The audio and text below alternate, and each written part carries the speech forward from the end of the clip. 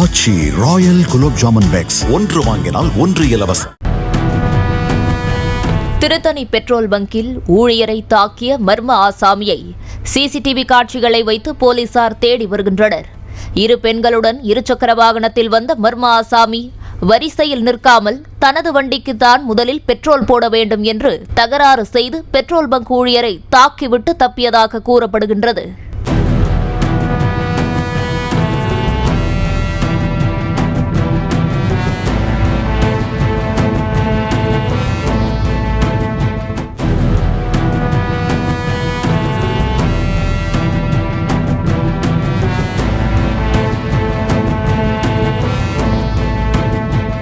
ஆச்சி Royal gulab jamun packs ஒன்று வாங்கினால் ஒன்று இலவசம்.